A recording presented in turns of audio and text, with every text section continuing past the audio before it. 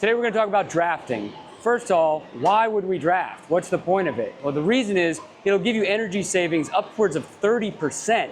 So if you're a triathlete and you know what it's like when you cycle right behind somebody, swimming is just as good, and it can really save you a lot of time. A couple different ways to draft, and we're going to practice those.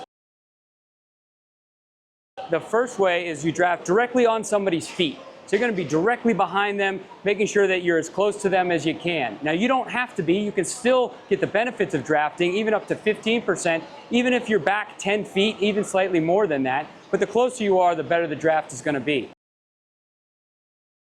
The other place you could draft is from the hip and swim right next to somebody. This is great to avoid currents that are coming at you, but it's another way to swim while you're drafting with somebody on one side or the other if you need to sight a different way.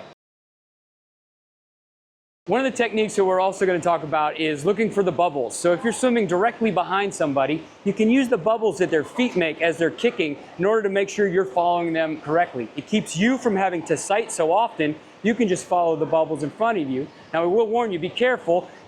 People tend to raise their chin to see the bubbles sometimes, and that can be just as bad as lifting your head when we're sighting. So we want to make sure you're always looking for the bubbles, but keeping your head in the proper position. The other thing we hear is people say, hey, listen, I'm too slow. I don't need to draft. I can't draft. That's the absolute wrong technique to use, because when faster swimmers come by you, that's the perfect time to slide behind them and start riding their wave. It'll save you the energy, and then as they pull off because they're faster than you, you'll slide behind the next person that comes by. As you flip-flop from one faster swimmer to the other, you're going to save all that energy, and in the end, you're going to take advantage of all this free speed.